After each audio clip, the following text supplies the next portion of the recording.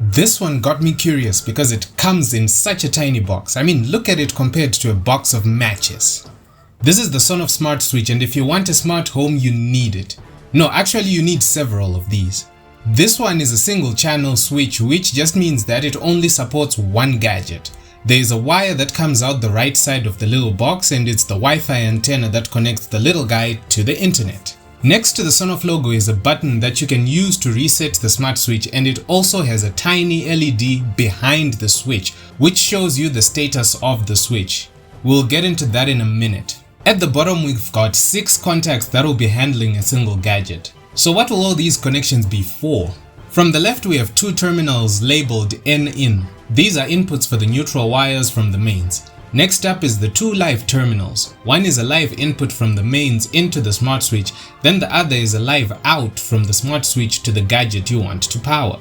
The last 2 are the S1 and S2, standing for switch. So on these 2 you connect a manual or a physical switch that you can use to turn the Sonoff Smart Switch on or off. Now my wiring is correct, but I bridged the switch part so that the Sonoff switch stays permanently on just for this review. Setting it up is fairly simple. If you remove the wiring side of things, just download and install the eWeLink app, create an account, and once that's done you get on this screen.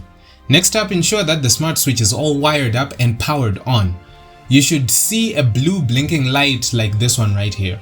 Next you click add, then you click quick pairing and add one device if you have one like me. Next up is selecting the Wi-Fi that the switch will connect to, as well as entering the password. Soon as that's done, the app will look for the device and connect to it. If the connection is successful, you'll be taken to a window where you can rename the sensor to something better, like living room light, and add it to a room if you have any setup. So here I can click on the button on my phone and will you look at that? It's lights on. Also, whenever the smart switch turns on, there is a little red light next to the little blue light that switches on. If you're loving this video, please subscribe to the channel. Also like and share this video so that I can keep making more of these for you guys. You can also link this up to an Amazon Alexa like I did in the review of my Amazon Echo Dot that you should really check out. It's super cool. You can also link this switch on Google Home, which happens like so. Ensure that you have the Google Home app installed on your phone.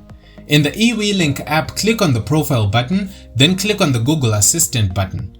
That's the one with the colored circles. A screen will show asking you if you want to link your eWeLink account to Google. You select link. A bit of some loading and just like that, it's linked. Even shows up with the same name you assigned it when you were setting it up in the eWeLink app. You can add it to a room and you are ready to go. Now you can use Google Assistant or a Google Home speaker to turn the light on or off with voice commands.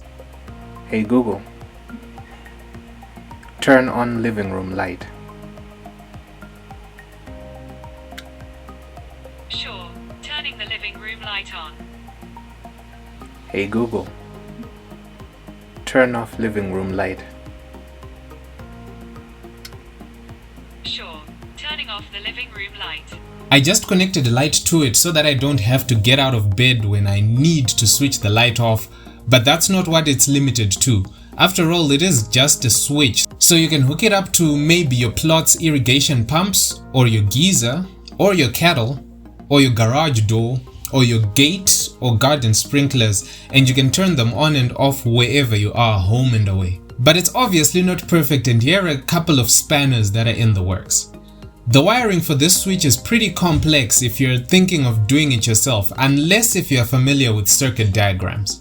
It relies on the internet 100% of the time, so if your Wi-Fi runs out of data or is not available, you cannot use the switch.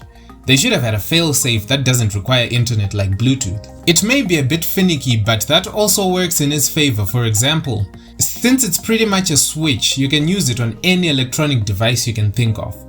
The design is actually not an eyesore if you can figure out how best to manage the wiring. And thanks to it being connected to the internet, you can operate it from literally anywhere in the world. This one that I've got right here is going for $19 at Nations Hardware and Electrical for those that want to buy it. And yes, for a switch it might be a bit pricey, but depending on the value and convenience that it brings to your specific use case, it can be a bargain. As for me, This is my new bedroom light switch and it's all thanks to my homie Valentine. He hosts the podcasts #Tisoanoacho where the people behind Techzim get to talk about random stuff. You should watch it. Thanks a ton for watching. See you next time.